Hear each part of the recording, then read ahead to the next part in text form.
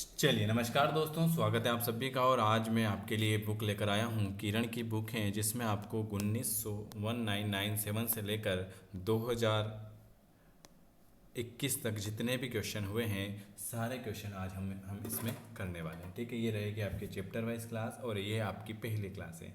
अगर आपको वीडियो अच्छा लगे तो लाइक करना है, चैनल को सब्सक्राइब करना है। और अगर हमसे डेली की क्लास में जुड़ना चाहते हैं तो आप इस नंबर पर मैसेज कर सकते हो 9753749986 पर आप मैसेज करके हमसे जुड़ सकते हो कि सर हमें भी आपकी फ्री वाली क्लास में ऐड होना है। चलिए, पहला क्वेश्चन आपके सामने लिखा हुआ है कि जैनियों के पहले तीर्थकार कौन थे। चलिए, जैनियों के पहले तीर्थकार कौन थे? बिल्कुल सही, ऋषभदेव। कौन थे? ऋषभदेव थे। ऑप्शन आपका डी वाला माना जाएगा कि सर जैनियों के पहले तीर्थकार कौन थे। तो जैन धर्म के तो पहले जो है ऋषभदेव। ठीक है, और अगर आपसे पूछ ले कि जैन धर्म के 24वें तीर्थकार कौन थे, 24वें तीर्थकार कौन थे, तो आप सभी को पता है कि जैन धर्म के 24वें तीर्थकार थे महावीर स्वामी। महावीर स्वामी ये 24 नंबर के थे और पहले नंबर के थे ऋषभदेव। चलिए, पहला क्वेश्चन ये हुआ। दूसरा क्वेश्चन है त्रिपिटक धार्मिक ग्रंथ है। त्रिपिटक जो है ये कौन सा धार्मिक ग्रंथ है? तो वो हो जाएगा बौद्धों का। बौद्ध का धार्मिक ग्रंथ त्रिपिटक कहलाता है। त्रिपिटक कहलाता है। बौद्ध का धार्मिक ग्रंथ जो है ये आपका त्रिपिटक कहलाएगा। ठीक है, चलिए, यह ग्रंथ कौन सी भाषा में लिखा गया है? यह ग्रंथ आपकी पाली भाषा में लिखा गया है। इसे कितने वर्गों में बांटा गया है? इसे 3 वर्गों में बांटा गया। ठीक है, चलिए अगला क्वेश्चन आपके सामने। हाँ, तीनों के नाम बता देता हूँ। तीनों के नाम भी याद रख लो इन्हें। एक तो होता है सूत पीटक, दूसरा होता है अभिधम्ब पीटक,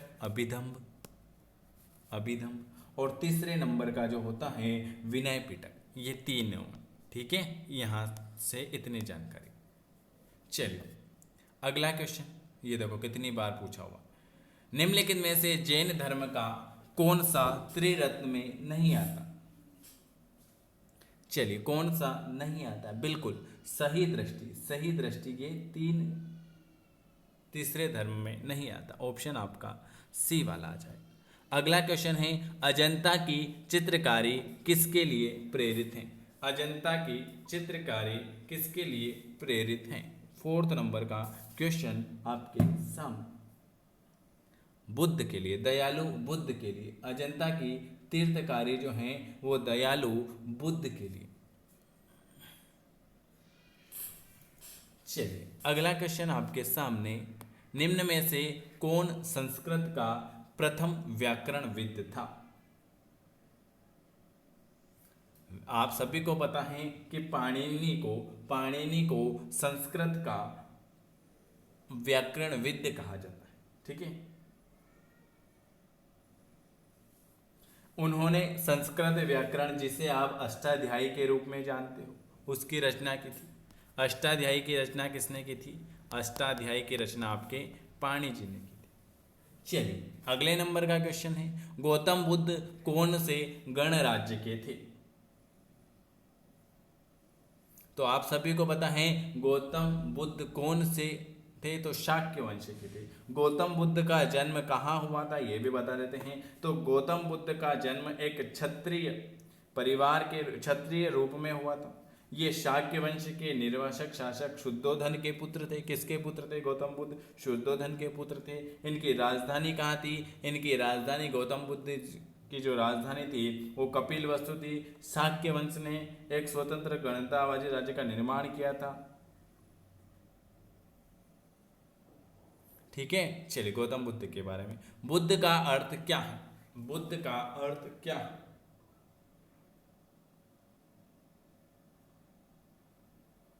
बुद्ध का अर्थ जो होगा वो क्या होगा? ज्ञान प्राप्त। बुद्ध का अर्थ होता है ज्ञान प्राप्त। तो किसको? सिद्धार्थ को 35 वर्ष की आयु में, सिद्धार्थ को 35 वर्ष की आयु में वैशाख पूर्णिमा की रात को एक पीपल के वृक्ष के नीचे ज्ञान प्राप्त हुआ था, गौतम बुद्ध को। अतः उन्हें दुख तथा उनके कारणों का पता लिया। इस समय से वे बुद्ध नाम से विख्यात हुए। बुद्ध का अर्थ होता है ज्ञान प्राप्त कर। चलिए अगला क्वेश्चन। वीडियो कैसा लगे कमेंट करके जरूर बताएं। चलिए अगला, बुद्ध को प्रबोध कहाँ प्राप्त हुआ था? तो बुद्ध को बोध गया में 35 वर्ष की आयु में वैशाख पूर्णिमा की रात को एक पीपल के वृक्ष के नीचे बुद्ध को ज्ञान प्राप्त हुआ था। तो ऑप्शन बी अभी बताया मैंने। चलिए, निम्न में से कौन सा एक भारत में लिखित सबसे बाद वाला बौद्ध धर्म ग्रंथ है? लिखित सबसे बाद वाला बताइए। 9 नंबर का वाम सात पाकसिनी, ऑप्शन आपका डी वाला आ जाएगा। बुद्ध के उपदेश जो हैं वो किस भाषा में थे? अभी बताया मैंने, बुद्ध ने पाली भाषा में। कौन सी भाषा में? पाली भाषा में। बताइए अगला क्वेश्चन आपके सामने क्या लिखा हुआ है? प्रारंभिक बौद्ध धर्म ग्रंथों की रचना, प्रारंभिक बौद्ध धर्म ग्रंथों की रचना किसमें की गई थी? तो ये भी आपको पता है कि सर ये भी पाली भाषा में की गई थी। अगला क्वेश्चन, बौद्ध धर्म निम्न में से किन मतों पर विश्वास करता था? बौद्ध धर्म जो है वो किन मतों पर विश्वास करता था? तो बौद्ध धर्म जो होगा ऑप्शन आपका सी वाला आ जाएगा। यदि इच्छाएं पर काबू पा लिया जाए तो निर्वाण मिल जाएगा।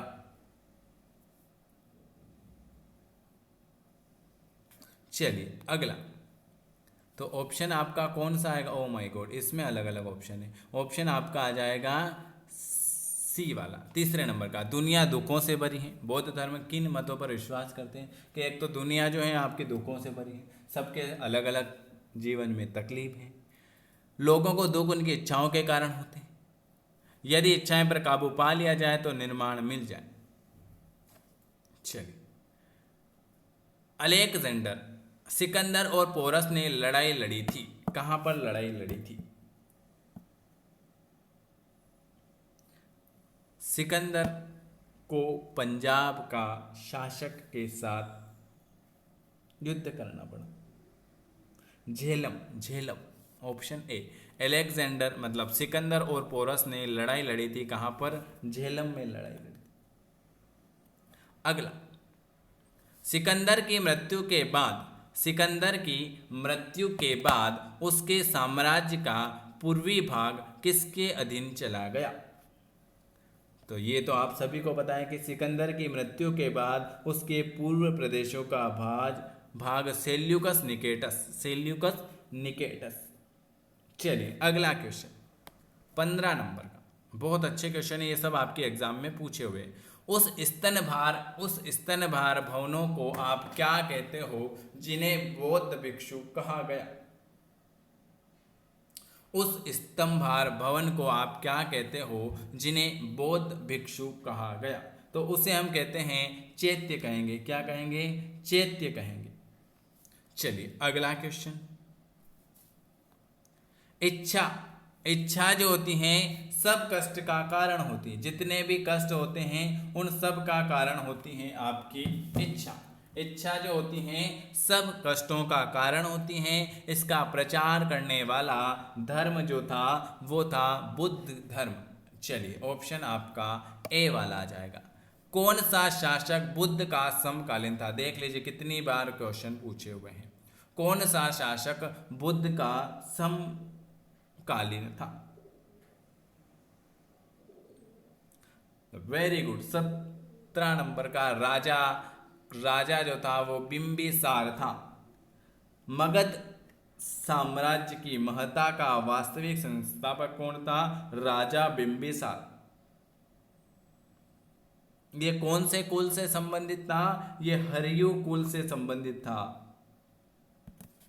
चलिए, बुद्ध के जन्म और उनके पूर्व जन्म की कहानियां किसमें संकलित हैं? बुद्ध के जन्म और उसके पूर्व जन्म की कहानियां किससे संकलित हैं? जातक कथाएं से, किससे? जातक कथाएं से सम्मिलित हैं।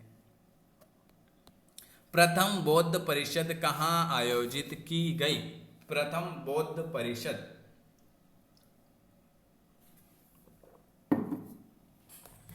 कहाँ पर आयोजित की गई?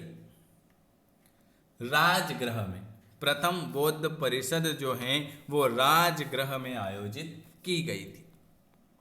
बुद्ध के प्रथम प्रवचन को क्या कहा जाता है? बुद्ध ने, गौतम बुद्ध का जो पहला प्रवचन था, मतलब जो प्रवचन देते थे, उसे आप क्या कहते हो? वेरी वेरी गुड, बी वाला, धम्मचक पवतंसतु। अच्छा, बोध गया से चलकर महात्मा बुद्ध जो हैं सारनाथ पहुँचे तथा वहाँ अपने पूर्व काल के 5 साथियों को उपदेश देकर अपना शिष्य बनाया। बौद्ध परंपरा में उपदेश धर्मचक्र प्रवर्तन नाम से विख्यात है। धर्मचक्र प्रवर्तन, जैसे यहाँ लिखा हुआ है धम्मचक्र प्रवर्तन सेतु, तो बुद्ध को प्रथम प्रवचन कहा जाता है धर्म चक्र प्रवर्तन। चलिए अगला क्वेश्चन है, बुद्ध, थंब और संघ मिलकर क्या कहलाते हैं? बिल्कुल आपका सही आंसर हो जाएगा, बुद्ध, थंब और संघ मिलकर कहलाते हैं त्रिरत्न। अभी मैंने बताया 3 रत्न, ठीक है। चलिए, मिलिंद पन्हों क्या है? मिलिंद पन्हों क्या है बताइए। तो ये मिलिंद पन्नों है, एक काव्य है। क्या है ये? मिलिंद पन्नों एक काव्य है, बौद्ध ग्रंथ है, ठीक है। ये 100 वर्ष पहले, कब है ये? 100 वर्ष पहले ईस्वी का एक बौद्ध काव्य है। कौन सा संप्रदाय बौद्ध धर्म का नहीं है? कौन सा संप्रदाय बौद्ध धर्म का नहीं है?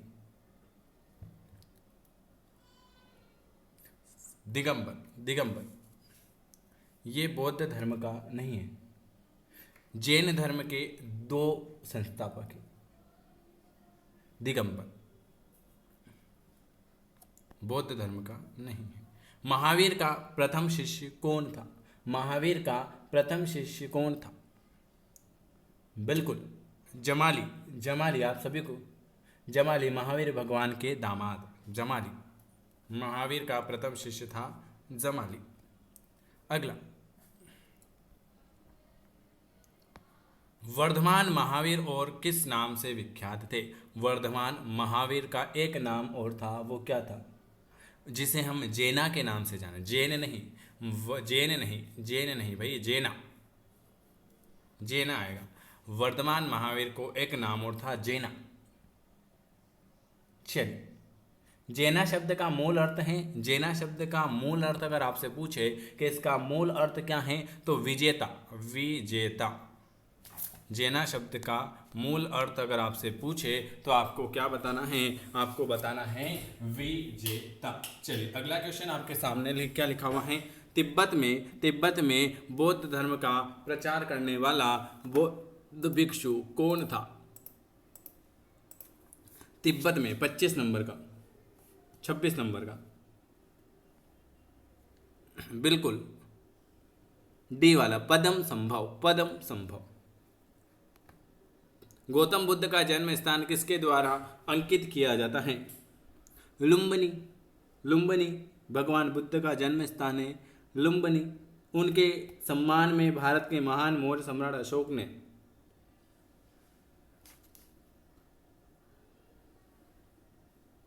लुम्बिनी का एक नाम और क्या है?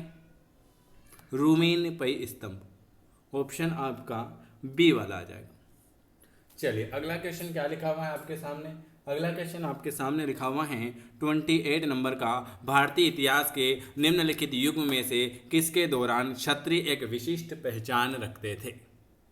वीडियो अच्छा लगे तो लाइक शेयर जरूर करें और कमेंट करके जरूर बताएं कि आपको वीडियो कैसा लगा। 28 बुद्ध के युग में न्याय सूत्र किसने लिखी? और हमसे अगर जुड़ना चाहते हैं तो इस नंबर पर व्हाट्सअप कर दीजिएगा, जिससे आपकी डेली जो क्लासें हो रही है सारी जो बिल्कुल आपको फ्री क्लास मिलती रहे। 9753749986 पर। न्याय सूत्र किसने लिखी थी? तो न्याय सूत्र गौतम भाई साहब आ गए थे क्या? हाँ, न्याय सूत्र किसने लिखी थी? वेरी गुड, गौतम भाई साहब ने लिखी थी।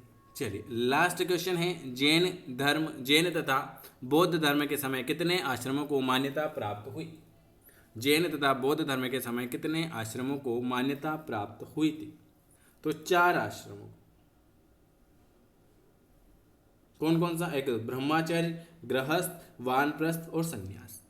ऑप्शन आपका डी वाला आ जाएगा। चलिए वीडियो देखने के लिए आप सभी का बहुत बहुत धन्यवाद। ये मैंने आपको 30 क्वेश्चन कराए, आपके 30 में से कितने नंबर आए कमेंट करके ज़रूर बताना, और वीडियो कैसा लगे ज़रूर बताएं, और चैनल को सब्सक्राइब कर देना और लाइक शेयर कर देना। वीडियो देखने के लिए आप सभी का धन्यवाद।